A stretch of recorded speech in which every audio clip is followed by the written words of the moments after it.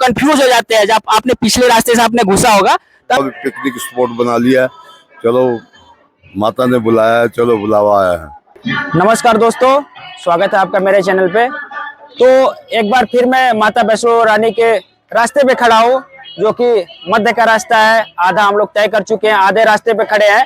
तो यहाँ पे लोगों के मन में बहुत ज्यादा कंफ्यूजन होता है। जब इस जगह पे लोग आते हैं तो काफी कंफ्यूजन हो जाता है। तो उस कंफ्यूजन को मैं थोड़ा सा आप लोगों के मन से दूर कर दूं, क्योंकि जब आपके मन में थोड़ा सा कंफ्यूजन हो जाता है, जो पुराने लोग हैं कई बार आ चुके हैं उनको तो ये दिक्कतें नहीं होती है, लेकिन जो नए लोग होते हैं उनको थोड़ी सी दिक्कतें हो जाती है। कहीं ना कहीं वो रास्ता भटक जाते हैं। तो रास्ता भटकने की वजह से जो उनके जो समय है, रास्ता है, जो दूरी है वो बढ़ जाती है। अगर कहीं आपका 12 किलोमीटर का दूरी है तो वो बढ़ के 14-15 किलोमीटर दूरी हो जाती है और ज्यादा बढ़ जाती है।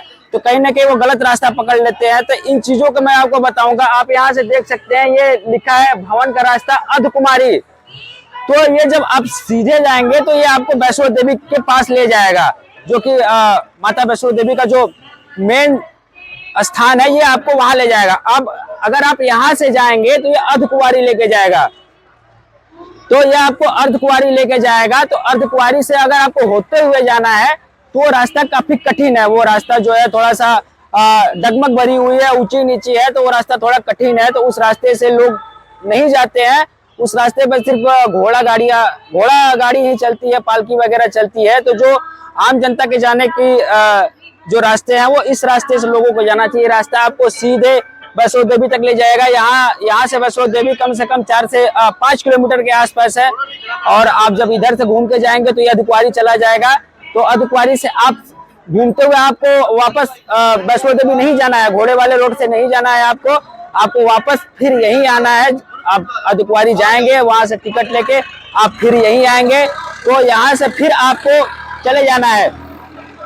तो इससे जो है कि 500 मीटर पहले भी अर्धकुमारी के लिए रास्ता गया। लोग वहां पे भी भटक जाते हैं। वहां पे इसलिए भटकते हैं कि लोगों को पता नहीं होता है कि कौन से रास्ते से जाए। लोग अर्धकुमारी के रास्ते पे चले जाते हैं और अर्धकुमारी पे वहां पे जो है टिकट लेते हैं। वहां पे दर्शन करना आसान नहीं है। वहां पे अर्धकुमारी पे जब आप जाएंगे तो वहां पे आपको दर्शन करने के लिए 40 से 50 घंटे का जो है समय देना पड़ता है। जब जो है दर्शनार्थियों की संख्या ज्यादा होती है तो आपको 40 से 50 घंटों की समय देने होते हैं। जैसा कि आप इसके बाद जो है वीडियो अर्धकुमारी का, उसमें आप देख सकते हैं कि कितने घंटे आपको क्यों देना पड़ता है। वो सारा डिटेल आप इसके बाद वाली वीडियो में आप देख लेंगे। तो सबसे पहले जो लोगों का कंफ्यूजन है वो हम दूर कर दें कि आपको जब सीधे आना है तो आपको सीधे जाना है। आपको यहाँ पे टर्न नहीं लेना है, यह अर्धकुमारी चला जाता है। और इससे पहले भी एक रास्ता जो है अर्धकुमारी के लिए गया है। तो अर्धकुमारी पे आप जाएं जरूर। अगर इससे पहले वाले रास्ते से अर्धकुमारी जाते हैं तो इसी रास्ते से, जो आप रास्ता पीछे देख रहे हैं, इसी रास्ते से आप वापस चले आइए। इसी रास्ते से वापस आके फिर इधर जो है कि इसी रास्ते से जब वापस आएंगे तो आप फिर यहाँ से ऐसे सीधे चले जाएंगे। ये आपको वैष्णो देवी लेके चलाया जाएगा। यहाँ पे कोई कंफ्यूजन नहीं होना चाहिए। अगर यहाँ पे आप कंफ्यूज होते हैं तो आपको दिक्कतों का सामना करना पड़ सकता है। जो आपकी दूरी है वो बढ़ सकती है। इससे 500 मीटर पहले भी एक टर्निंग है जो अर्धकुमारी के लिए जाता है, उससे चढ़िए और इससे निकलिए तो ज्यादा उचित रहेगा। आप उससे चढ़ेंगे, अर्धकुमारी होते हुए इसी से आएंगे तो आप सीधे वैष्णो देवी चले जाएंगे। ये ज्यादा बेटर रास्ता है, क्योंकि लोग अक्सर कंफ्यूज हो जाते हैं। यहाँ पे उनकी जो है दूरी बढ़ जाती है। लोग पूछते भी नहीं है, सोचते हैं कि रास्ता तो है ही, जाएगा माता रानी के दरबार में। तो हालांकि जाना तो है ही, लेकिन आप इस रास्ते से जाएंगे तो आपकी थोड़ी दूरी कम हो सकती है। तो चलिए कुछ श्रद्धालुओं से बात करते हैं कि वो कब से यात्रा शुरू किए हैं, कब तक पहुंचने की संभावना है, कितनी तैयारी के साथ आते हैं, कितने लोग थक भी जाते हैं। हालांकि माता रानी का जो है कृपा बना रहता है। तो आपने यात्रा कब शुरू की थी भैया? कल रात में, कल शाम को आपने यात्रा शुरू की थी। आपने जो अर्धकुमारी है वहाँ पे आप गए थे? हाँ, अभी टिकट ले लिया है, कल दर्शन करेंगे। जी, जब आपने टिकट लिया तो फिर आप वापस क्यों चले गए? जैसा कि मैं आपको बताना चाह रहा हूँ कि आप लोग कंफ्यूज हो जाते हैं। जब आपने पिछले रास्ते से आपने घुसा होगा तो आपको यहाँ से निकलना चाहिए। अगर आप जब यहाँ निकलेंगे तो यहाँ पर सीधे चले जाएंगे।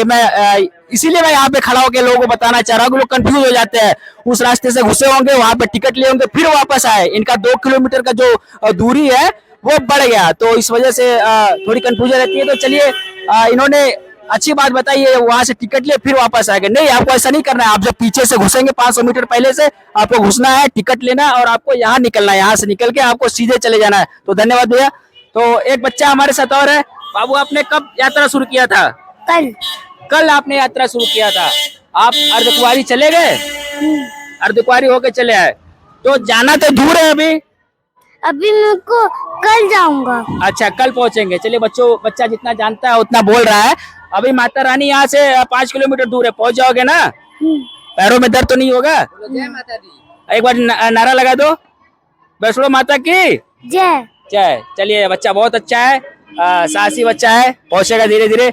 तो चलिए, एक भैया और आ रहे हैं, तो थोड़ा सा इनसे भी बात करते हैं। नमस्कार सर। नमस्कार। आपने यात्रा कब शुरू किया था सर? 2:30-3 बजे 3 बजे।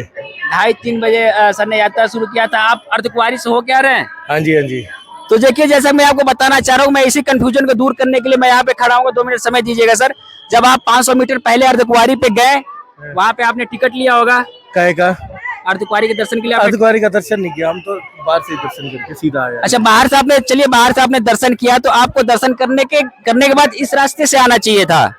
आप जब अर्धकुंवारी गए नहीं, तो हम इसी नीचे से इधर रास्ते से आए। वही कंफ्यूजन है आपका। 2 किलोमीटर का जो दूरी है ना, वो बढ़ गया। मैं इसी कंफ्यूजन को दूर करने के लिए मैं यहाँ पे खड़ा हूँ सर। पीछे जो 500 मीटर पहले से जो रास्ता गया है, उधर से गया अर्धकुंवारी, और वहां से दर्शन ऊपर से जो कि डायरेक्ट दर्शन होता है, जैसा कि एक गुफा में दर्शन होता है एक मंदिर में, तो मंदिर वाला दर्शन करके आप तुरंत वापस आ सकते हैं सर। मंदिर का दर्शन करके फिर उसी रास्ते से वापस चले आए, फिर ये इस रास्ते से आए। ये दूरी बढ़ गई और चढ़ानी भी है। इन्होंने ये चढ़े, फिर उतरे, फिर चढ़ रहे, कोई फायदा नहीं हुआ। तो जब ये दर्शन किए, तो इसी रास्ते से जब ये आए होते, तो इनका 2 किलोमीटर बच गया होता, जैसा कि साफ साफ वहां लिखा है। 1.5 से 2 किलोमीटर का जो दूरी है, वो आपको तय करनी पड़ जाती है। अगर आपको चढ़ेंगे, उतरेंगे, फिर इधर आएंगे, तो थोड़ा ज्यादा समय लग जाएगा। तो एक सर हमारे साथ और खड़े हैं। सर, आप दर्शन करके आ रहे हैं, जा रहे हैं? दर्शन करके आ रहे हैं जी। दर्शन करके आ रहे हैं से आए।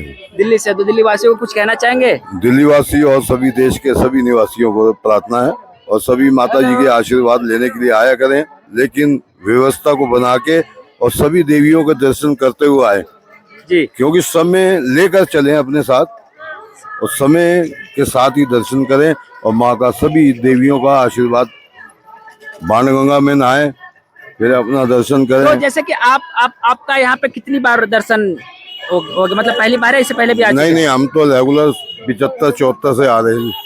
सर का कहना है कि ये 1974-75 से आ रहे हैं, तो ये कंकड़ियाँ चुपती हैं। हाँ, तो काफी चीजें ये जानते होंगे, तो उन सारी चीजों के बारे में 10 मिनट आप दे पाएंगे सर? बिल्कुल। तो सर के पास समय है, तो थोड़ा सा हम 74 से ही स्टार्ट करेंगे कि पहले क्या था, अब क्या हो गया। पहले दर्शनार्थी कैसे दर्शन करते थे, अब कैसे दर्शन कर रहे हैं, कितनी मतलब जो है कि सरकार ने कितनी व्यवस्था कर दी। पहले के जो दर्शनार्थी थे, सुनने में आता था कि वो सीढ़ियों से चढ़ते थे। हालांकि मैं उस समय का नहीं होता, तो जो सर है ये बताएंगे कि पहले क्या था, अब क्या था। तो सर, सबसे पहले आप 75 में आए थे, तो 75 से शुरू करिए आप। 75 में ये आबादी इतनी नहीं थी, जनरेशन नहीं थी, गिने चुने ही लोग आते थे, जिनको श्रद्धा होती थी, माँ पे विश्वास होता था, वही लोग आते थे। आजकल सब पिकनिक स्पॉट बना लिया है, चलो माता ने बुलाया है, चलो बुलावा आया है। चंचल जी ने भी ये बात कही है, लेकिन समझने वाले समझते हैं, भाव लेकर आए और भाव से ही माँ को प्राप्त करते हैं। अपने घर की माँ को भी पूजो और ये वाली माँ को भी पूजो। सर का कहना है कि जो दिव्य स्थान है, उनको पिकनिक स्थल समझ के ना है, उचित समय लेके आए, यहाँ पे माता रानी के दर्शन प्राप्त करे, क्योंकि यहाँ पे वही लोग आते हैं जिनको माता रानी का बुलावा होता है। तो आप मतलब आए, दरबार है, तो दरबार में माथा टेके आए। तो सर, 75 में जो रास्ते थे वो कैसे थे? कच्चे रास्ते थे सारे, कंक्रीट वगैरह होती थी, चुभते थे, वो खड़े पत्थर होते थे, चुभते थे, तकलीफें होती थी बहुत ज्यादा। दर्द सहाय। तो उस समय सर ने दर्द भी सहा है। जो कंकड़े होती थे उस समय, उस टाइप के जूते चप्पल भी नहीं हुआ करते थे सन 75 में। जो स्पोर्ट्स के शूज उस टाइप के मतलब नहीं थे, बहुत सारी चीजें नहीं थी। तो क्या उस समय इतने श्रद्धालु हुआ करते थे? बहुत श्रद्धालु थे। बहुत श्रद्धालु पहले से ही, ये जो माता वैष्णो के जो भक्त हैं वो पहले से बहुत ज्यादा है। तो उसके बाद जो धीरे धीरे बदलाव हुए, पहले मतलब जो रास्ते थे वो ऐसा माना जाता था कि कम रास्ते थे वहाँ पे, कम रास्ते थे, सुविधा कम थी, लोग आते थे, महीना 20-20 दिन लग जाते थे आते हुए, यात्रा करते हुए। हाँ, अब जैसे जैसे सुविधा बढ़ती जा रही है, लोगों का रुझान तो है, लेकिन भक्ति के प्रति नहीं, वो सिर्फ अपना एंजॉय करने के लिए। जल्दी में आ रहे, जल्दी में जा रहे हैं। जल्दी में आ रहे लोग और जल्दी में जा रहे हैं। तो माता रानी के दरबार में आए तो समय लेके आए, आराम से आए, समय लेके आए माता रानी के दर्शन के लिए। चलिए बहुत बहुत धन्यवाद। ये कह रहे हैं कि लोग आज के नौजवानों में जो है नारा लगाने का ऊर्जा जो है कम है। ठीक बात। बोल सच्चे दरबार की जय।